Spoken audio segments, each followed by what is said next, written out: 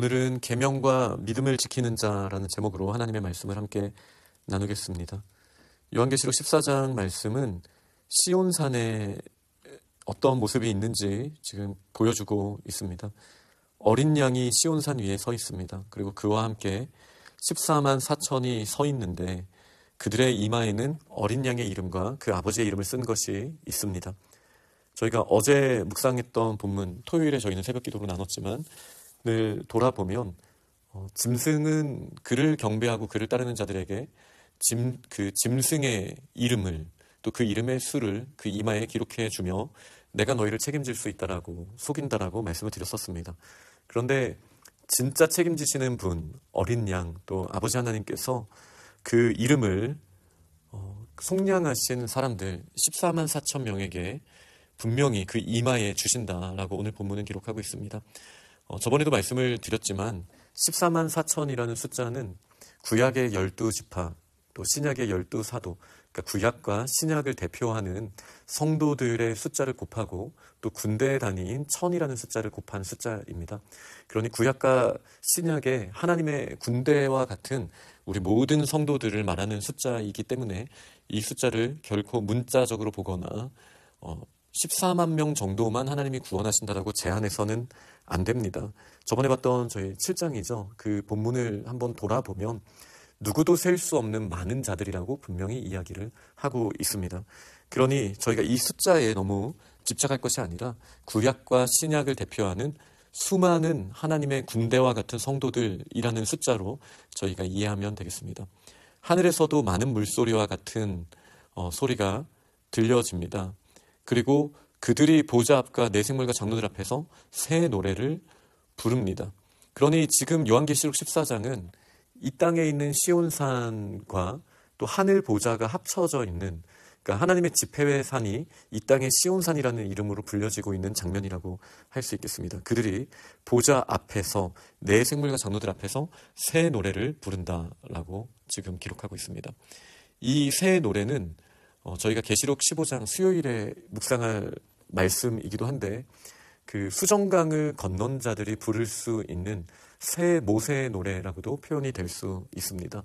이 새 노래는 마치 출애굽 때 하나님께서 홍해를 가르시고 그들이 홍해를 건넌 이후에 미리암의 노래와 그리고 이스라엘 백성들의 노래가 하나님 앞에 불려졌던 것처럼 구원의 노래입니다. 그런데 이걸 왜 새 노래라고 하냐면 이제는 어린 양께 찬양을 돌리는 노래이기 때문입니다.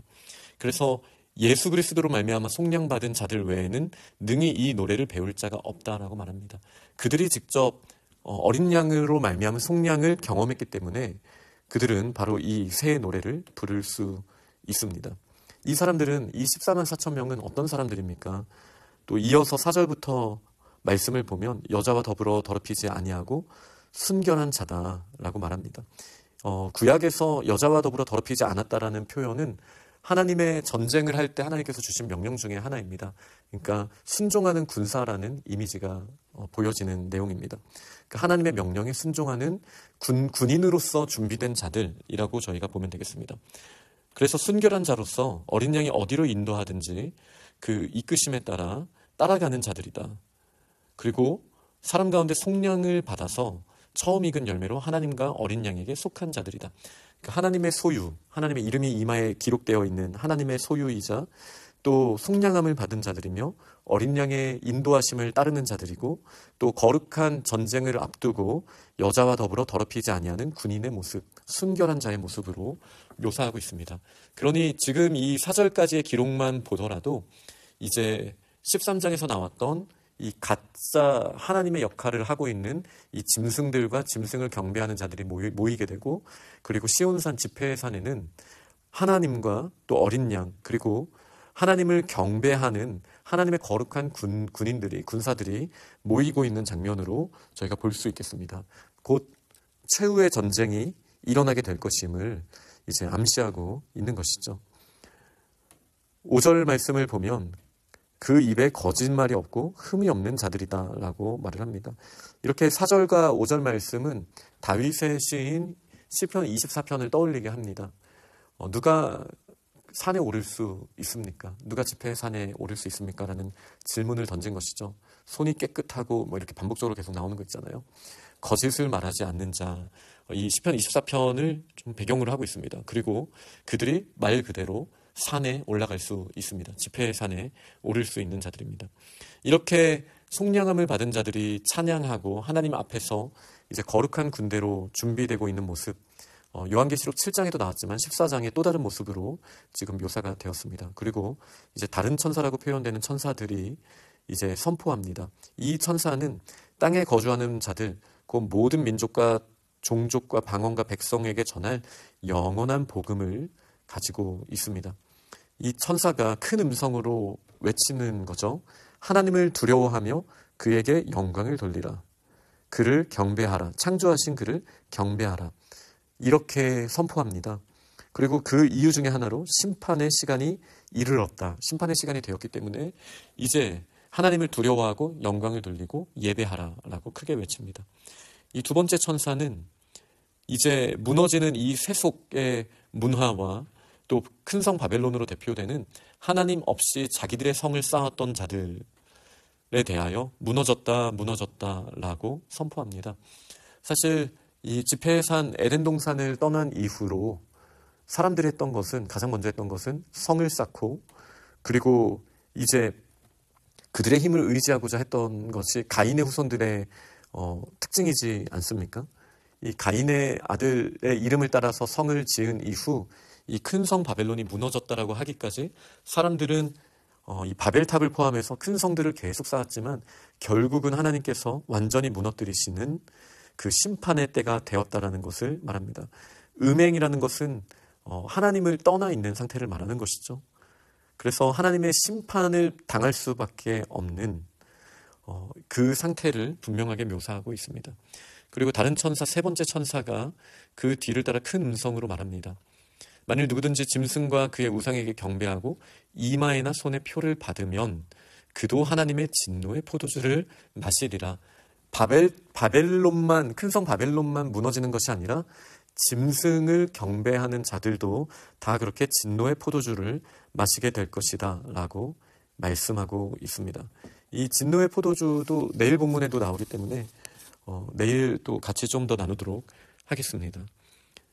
그리고 이 포도주는 섞인 것 없이 부은 포도주, 내일 표현으로는 사실 그들의 피를 말하는 거예요.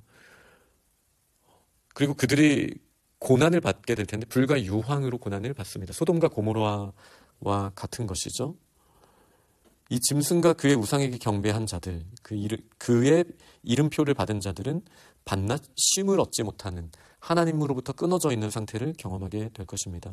제가 지난 토요일에 시간 관계상 언급을 못한 게 하나 있는데요.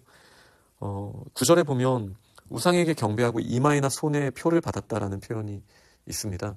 이 표에 대한 이미지는 출애굽 때부터 사실 이어지거든요. 이 출애굽 때 6월절에 문설주와 문인방에 피를 바른다라는 것이, 어린 양의 피를 바른다라는 것이 사실 표를 받은 거잖아요. 이 이미지가 에스겔 9장에서는 먹그릇을 찬 서기관들이 멸망에 가증한 것을 보고 탄식하는 자들에게 이제 이마에 표를 주었는데, 사실 그 처음 6월절이 첫 번째 사건입니다. 6월절 때 그 가문을 대표하는 집의 문에 문설주와 문인방에 그러니까 시각화를 하면은 이마와 이제 손에 표를 바른 거나 마찬가지거든요. 나중에 이제 신명기 아마 6장이겠죠. 말씀을 보면 하나님의 말씀을 기록하여서 이마와 표에 두라고 말씀을 하시는 내용이 있습니다. 그러니까 결국 어떻게 우리가 표를 받는 건가요? 이마와 손, 그 누구에게도 감출 수 없는, 드러내고 있어야 되는 곳에 원래 6월절 사건을 통해서 어린 양의 피를 바르게 하셨고, 신명기 말씀, 그 유대인들이 그렇게 하는 거 보셨을지도 몰라요. 이마에 붙이고 팔에 이렇게 감아가지고 이제 기도하는 모습을 혹시 이미지로 보셨을지 모르겠습니다. 신명기 말씀을 문자 그대로 지키고 있는 거거든요. 그리고 유대인들은 지금도 문에 이 문 설주 쪽에 말씀함을 담아서 붙여놓습니다. 이렇게 작은 함을 집에 붙여놓은 것도 보실 수 있을 거예요. 이게 이제 출애굽기와 신명기서의 전통입니다. 그리고 오늘 본문은 이 전통을 말하면서 이게 어떤 의미인지 말하는 거예요. 저희들은 이마나 손에 하나님의 이름을 표로 받는 자들이지 짐승의 이름을 표로 받으면 안 됩니다. 감출 수 없는 것. 우리의 얼굴을 보고 우리의 손을 보며 사람들은 우리가 누구를 경배하는 자들이라고 생각하겠습니까? 여기에 대한 질문입니다. 그래서 오늘 말씀은 다시 한번 저희에게 도전을 주십니다. 우리의 이마나 손에 짐승의 표를 받으면 안 됩니다. 그리고 1절 말씀처럼 그들의 이마에 어린 양의 이름과 아버지의 이름을 쓴 것이 있다 라고 말씀하신 것처럼 우리의 가문에, 우리의 개개인에게 하나님의 말씀이 서기관의 먹그릇으로 찬 그릇으로 붓으로 이마에 표를 주셨던 것처럼 하나님의 말씀이 우리에게 표로 임해야 할 줄 믿습니다. 그리고 이어지는 본문은 또 대비를 하는데요. 그들은 짐승의 표를 받고 우상에게 경배하여서 밤낮심을 얻지 못하지만 성도들은, 이 14만 4천 명으로 표현된 성도들은 어떤 사람이라고 말하냐면 하나님의 계명과 예수에 대한 믿음을 지키는 자들이라고 오늘 12절에 나오잖아요. 그러니까 결국 하나님의 이름의 표를 받았다라는 말은 아까 그 어린 양의 이끄시는 대로, 인도하시는 대로 나아가는 자들, 거짓이 없는 자들, 그리고 더럽히지 않은 자들, 이렇게 거짓말이 없고 흠이 없는 자들이라고 표현한 것처럼 우리가 하나님의 계명을 지키는 자들이다라고 말하고 있는 거예요. 그리고 예수에 대한 믿음을 지키는 자들이다. 그러니 환난의 때, 어려움이 있을 때에도 하나님의 인도하심을 따라가야 하기 때문에 하나님의 이끄심에 이끌리는 저희들이 되어서 하나님의 말씀을 소중히 여기고 순종하는 자들이 바로 예수에 대한 믿음을 지키는 자들이다 라고 오늘 성도들의 인내를 말하면서 그렇게 말하고 있습니다. 그래서 이렇게 말씀하시고 본문이 마무리되죠. 주 안에서 죽은 자들이 복이 있다. 성령께서도 아멘, 그러하다 라고 말씀하시는 거죠. 왜냐하면 그들의 수고가 이 땅에서는 많았지만 그 수고가 이제 그치게 될 것이고 이제 쉬게 될 것이다. 짐승의 표를 받은 자들과 대비되는 것이죠. 그들은 밤낮심을 얻지 못하게 될 것이지만 우리는 참 평강과 안식을 얻게 될 것입니다. 그리고 이런 표현이 있어요. 그들의 행한 일이 따릅니다. 우리가 구원받게 되는 것은 당연히 예수 그리스도의 행하심이죠. 그러나 예수 그리스도의 행하심, 십자가에 달려 죽으시고 또 부활하신 이 그리스도의 행하심을 따라서 그것을 믿음으로 믿는 자들 14만 4천 명으로 묘사가 되었죠. 그런데 그것이 끝이 아닙니다. 이 땅에서 예수 그리스도를 믿는 믿음 때문에 고난을 받고 또 때로는 하나님을 경배하면서 영광을 올려드리는 놀라운 일들을 행하기도 하죠. 이 모든 것들이 인내이고 계명을 지키는 것이고 또 그리스도에 대한 믿음을 지키는 증인의 삶을 사는 거예요. 그리고 이 모든 삶의 모습들이 우리의 면류관으로서 하나님께 영광을 돌리게 되고 이것이 성도들의 착한 행실이라고도 표현이 되고 행한 일이 따르는 하나님의 칭찬을 받으며 그들의 수고를 그치고 쉴 수 있는 근거 중에 하나로 오늘 본문의 묘사가 되고 있다는 것을 저희는 기억해야 됩니다. 그러니 이 말세의 주말에 우리의 믿음을 지키며 하나님의 영광을 드러내기를 고민하지 않고 주저하지 않고 마치 거룩한 군인들처럼 늘 깨어서 준비되어 있고 하나님의 계명을 지켜나가는 우리 믿음의 사람들이 다 되시기를 간절히 축원합니다. 아멘.